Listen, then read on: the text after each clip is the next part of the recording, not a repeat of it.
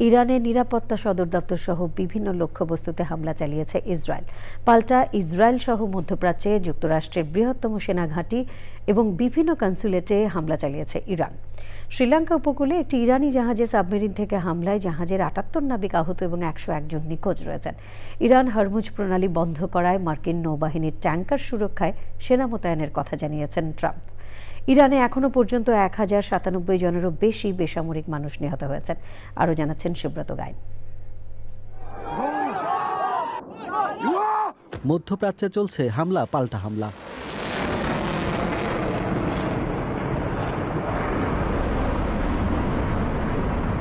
ইরানে যুক্তরাষ্ট্র ও ইসরায়েল যৌথ বিমান হামলা অব্যাহত রেখেছে। তেহরানে নিরাপত্তা সদর দপ্তর সহ বিভিন্ন লক্ষ্যবস্তুতে হামলার দাবি করেছে ইসরায়েল।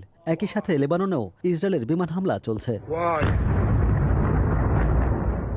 পাল্টা ইসরায়েল ও মধ্যপ্রাচ্যে যুক্তরাষ্ট্রের বিভিন্ন সেনাঘাঁটি ও কনসুলেটে ক্ষেপণাস্ত্র হামলা চালিয়েছে ইরান। মঙ্গলবার সংযুক্ত আরব আমিরাতের দুবাইয়ে মার্কিন কনসুলেট লক্ষ্য করে ড্রোন হামলা চালায় তেহরান। একই দিনে কাতারে মার্কিন সেনাঘাঁটিতে ইরানি ব্যালিস্টিক ক্ষেপণাস্ত্র আঘাত হানে। এদিকে শ্রীলঙ্কা উপকূলে একটি ইরানি জাহাজে সাবমেরিন থেকে হামলা হয়েছে। শ্রীলঙ্কার নৌবাহিনীর একজন মুখপাত্র জানান, ওই ঘটনায় আহত ৩২ জনকে উদ্ধার করা হয়েছে। এখনও তল্লাশি ও উদ্ধার কার্যক্রম চলছে। যুক্তরাষ্ট্র ইসরায়েলি হামলায় এখন পর্যন্ত ইরানে ১,০০০-এরও বেশি বেসামরিক মানুষ নিহত হয়েছে বলে জানিয়েছে যুক্তরাষ্ট্রভিত্তিক human rights activist news agency.